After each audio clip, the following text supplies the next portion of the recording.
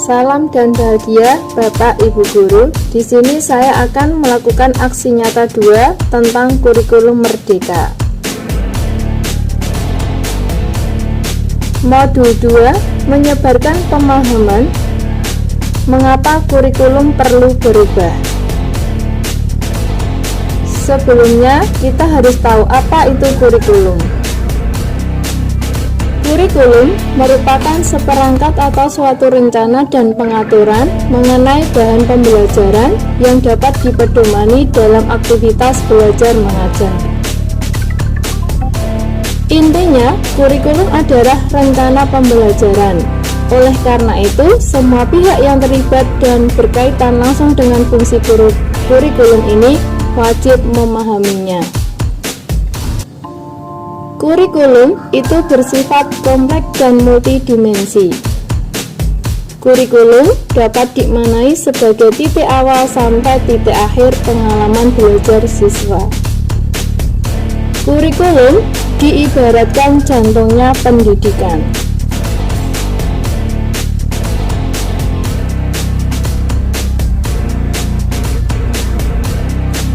Komponen kurikulum sendiri menurut beberapa ahli berbeda-beda. Yang pertama, menurut Subandiah ada 5 komponen kurikulum. 1. Komponen tujuan. 2. Komponen isi atau materi. 3. Komponen media atau sarana dan prasarana. Yang keempat, komponen strategi. Yang kelima, komponen proses belajar mengajar. Menurut Sumanto, ada 4 komponen kurikulum. Yang pertama, komponen objektif atau tujuan. Yang kedua, knowledge, isi atau materi. Yang ketiga, school learning experience atau interaksi belajar mengajar di sekolah. Yang keempat, evaluation atau penilaian. Walaupun berbeda istilah, komponen yang dikemukakan oleh pendapat di atas namun pada intinya sama, yakni 1. Tujuan, 2. Isi dan struktur kurikulum, 3. Strategi pelaksanaan proses belajar dan mengajar, 4. Evaluasi. Selanjutnya kita bahas tentang peran kurikulum.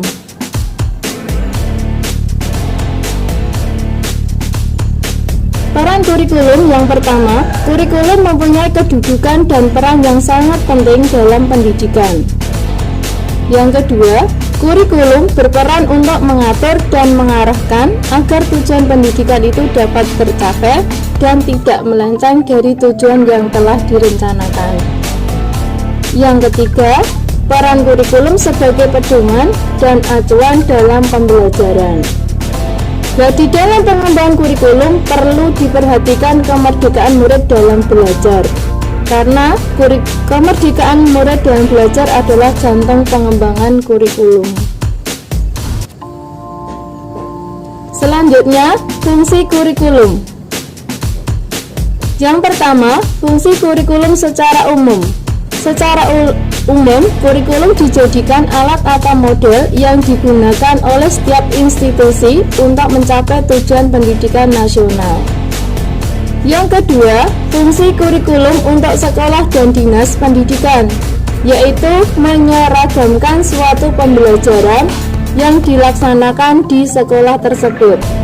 Yang ketiga, fungsi kurikulum bagi guru, yaitu sebagai pedoman kerja dalam mengajar siswa dan mencapai tujuan pembelajaran.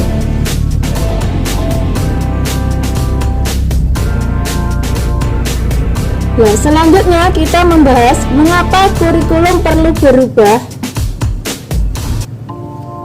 Kurikulum harus selalu berubah agar sesuai dengan perkembangan zaman. Apalagi masa sekarang ini ilmu pengetahuan dan teknologi informasi telah berkembang dan pembelajaran akan membosankan tanpa adanya perubahan. Nah, mengapa kurikulum harus berubah? Yang pertama, supaya relevan dengan perkembangan zaman. Yang kedua, dapat memenuhi kebutuhan belajar siswa. Yang ketiga, menyiapkan generasi masa depan yang visioner. Kurikulum yang baik adalah kurikulum yang sesuai dengan zamannya, kurikulum yang tidak mengekang dan memaksa semua civitas akademika. Solusinya yaitu dengan menerapkan kurikulum merdeka. Dengan menerapkan kurikulum merdeka, pembelajaran berbasis proyek sehingga menjadikan peserta didik lebih bahagia. Menurut Ki Hajar Dewantara, maksud pendidikan adalah menuntun segala kekuatan kodrat yang ada pada anak agar mereka dapat mencapai keselamatan dan kebahagiaan yang setinggi-tingginya, baik sebagai anggota manusia maupun anggota masyarakat. Nah, kita sebagai guru harus belajar terus untuk mengikuti dan memahami tren kehidupan murid saat ini. Dalam merancang kurikulum, kita perlu memperhatikan yang pertama, kebutuhan, yang kedua pendapat, yang ketiga pengalaman, yang keempat hasil belajar, yang kelima kepentingan murid. Dalam menerapkan kurikulum merdeka, guru perlu saling berkolaborasi maksimal agar dapat memenuhi kebutuhan belajar siswa.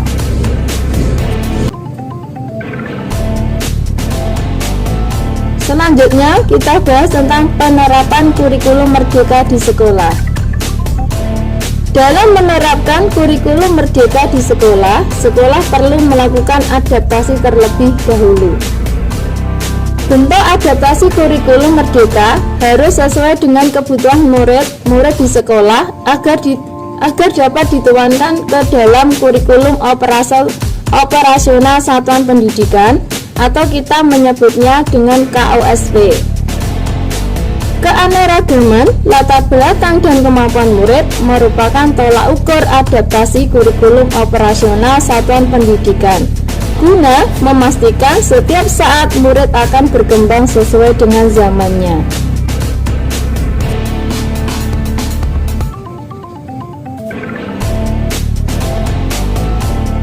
Selanjutnya kita bahas tentang 3 opsi implementasi kurikulum merdeka jalur mandiri.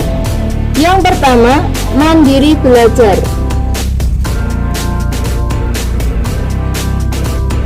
Pilihan mandiri belajar akan memberikan kebebasan kepada satuan pendidikan saat menerapkan kurikulum merdeka. Beberapa bagian atau prinsip-prinsipnya saja dapat mengganti kurikulum yang sedang diterapkan pada satuan PAUD kelas 1, kelas 7, dan kelas 10.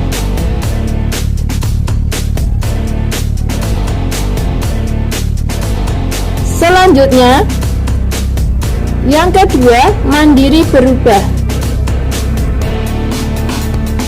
Jalur kedua akan memberikan keleluasaan kepada satuan pendidikan untuk menerapkan kurikulum merdeka dengan menggunakan perangkat ajar yang sudah disediakan pada satuan pendidikan PAUD kelas 1, kelas 7, dan kelas 10.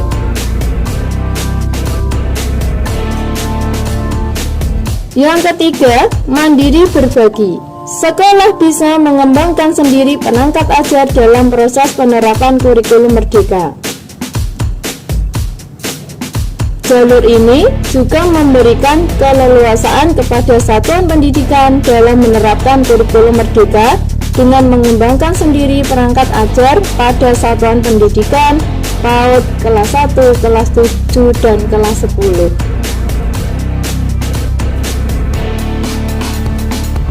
Demikian materi yang bisa saya sampaikan. Terima kasih, semoga bermanfaat. Salam merdeka belajar.